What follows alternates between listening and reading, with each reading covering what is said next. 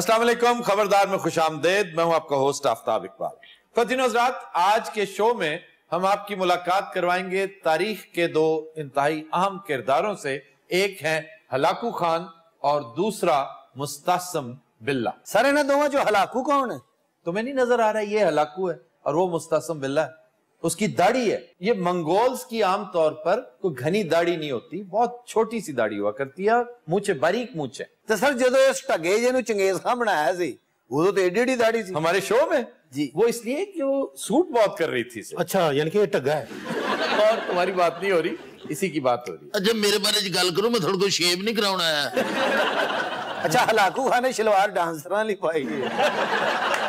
اچھا جناب، Hulagu Khan چنگیز خان کا پوتا تھا. اس کا جد امجد ایک بہت بڑا ٹرائبل چیف اور ایک بہت بڑا بادشاہ تھا. اس شخص نے 10 فروری سن 1258 کو بغداد پر حملہ کیا. حملہ انفیکٹ 15-20 دن پہلے ہو چکا تھا. یہ اپنے شاہی انٹوراج کے ساتھ انٹر 10 تاریخ کو ہوا اور 13 تاریخ کو اس نے آرڈر کیا تھا قتل عام کا اور شہر میں لوٹ مار کرنے کا. تیرے نال صاحب بیٹھے نے میلیں چ ٹول ہو جاؤں والے. یار یہ مستعصم باللہ ہے. یہ 37واں اور آخری خلیفہ تھا عباسیوں کا. اس شخص کی ایک خصوصیت یہ تھی کہ بڑا نفیس اور بڑا پڑھا لکھا آدمی تھا، لیکن بدنصیبی اس کی کہ یہ ہر وقت ہیرے جواہرات اکٹھے کرتا رہتا اور فروئی معاملات پر بحث مباحثہ اس کے دربار کا خاصا تھا. یعنی جس ٹائم پر ہلاکو چڑھ دوڑا اس وقت ڈسکشن کیا ہو رہی تھی اس کے ہاں انٹلیکچوئلز کی، علماء کی، اس دور کے جو ٹی وی اینکرز تھے ان کی، کہ سوئی کے نکے میں سے اونٹ کس طرح گزر سکتا ہے. کوے کو اگر پینٹ کر کے سفید کر دیا جائے تو ہنس برا مانیں گے، کیا کریں گے؟ پھر ٹھیک حملہ کیتا ہلاکو. یعنی کہ اس دور دی پھکیاں گلنا سی کر دے سی.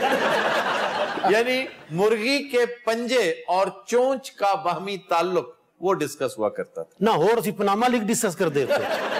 اس کا ایک وزیر تھا الکمی. واہ. اس نے اس کا بیڑا غرق کرنے میں بڑا رول پلے کیا. وہ اندر سے ہلاکو کے ساتھ ملا ہوا تھا. وہ اسے مشورے دیا کرتا تھا کہ ہلاکو نے آ جانا ہے اور آپ بہت تنگ ہوں گے. آپ ایک گڈ ول جیسچر کے طور پہ اسے کہیے، جیسے ہم کرتے ہیں ڈس آرمامنٹ، آج کے دور کی ڈس آرمامنٹ، آپ اپنی فوج بہت کم کر دیں. تو الکمی نے ہی اسے مشورہ دیا تھا کہ آپ کے محلات پر ہیرے جواہرات پر اٹھنے والے اخراجات اس قدر زیادہ ہو گئے کہ اب آپ کا بجٹ کاٹنا پڑے گا.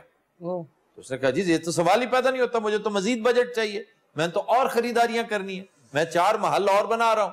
تو اس نے پوچھا کہ ہمارا بجٹ سب سے زیادہ کون کنزیوم کر رہا ہے؟ اس نے کہا جی ڈیفنس. یہ جیسے آج کے حالات میں ہمارے اکثر نیم دانشور اور سیاسی لوگ وہ کہتے ہیں جی ہم ڈیفنس پہ ہی اتنا کچھ خرچ کر دیتے ہیں کہ ہمارے پاس اپنے لیے فلاح و بہبود کے لیے بچتا ہی کچھ نہیں. بھائی تم رہو گے تو فلاح و بہبود ہوگی، اگر تم ہی نہ رہے تو کس کے کام آنا ہے سارا کچھ؟ تو اس احمد نے کیا کیا کہ ڈیفنس بجٹ کٹوا دیا. یعنی 1 لاکھ فوج کو 10,000 پہ لے آیا.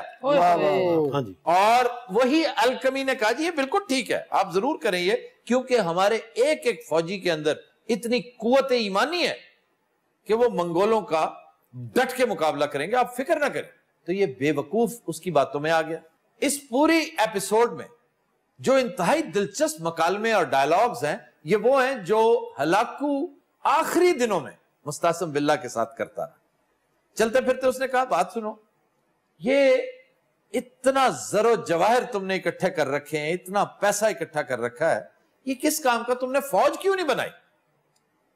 تو کہنے لگا کہ اللہ کی مرضی تھی، میں کیا کرتا.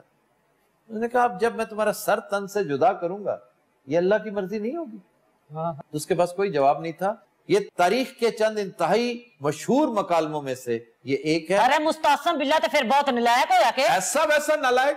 اسے جس شخص نے آ کر اطلاع دی کہ جناب ہلاکو کا لشکر جرار آپ کی طرف روانہ ہو چکا ہے، اس نے کہا تم نے مجھے ڈسٹرب کیا، میرے خیالات کا سلسلہ منتشر ہو گیا، اس کو سزا دی جائے. اچھا جس طرح شکاری اپنے شکار کے ساتھ کھیلتا ہے، جیسے چوہا آگے آگے بھاگتا ہے، بلی اس کے ساتھ کھیلتی رہتی ہے، کبھی اسے ادھر پھینکتی ہے کبھی ادھر پھینکتی ہے، کیونکہ الٹیمیٹلی تو اس نے اس کا جو حشر کرنا ہے اسے معلوم ہے، لیکن اس سے پہلے انجوائے کرتے ہیں. اسی طرح یہ 10-11 روز اپنے شکار کے ساتھ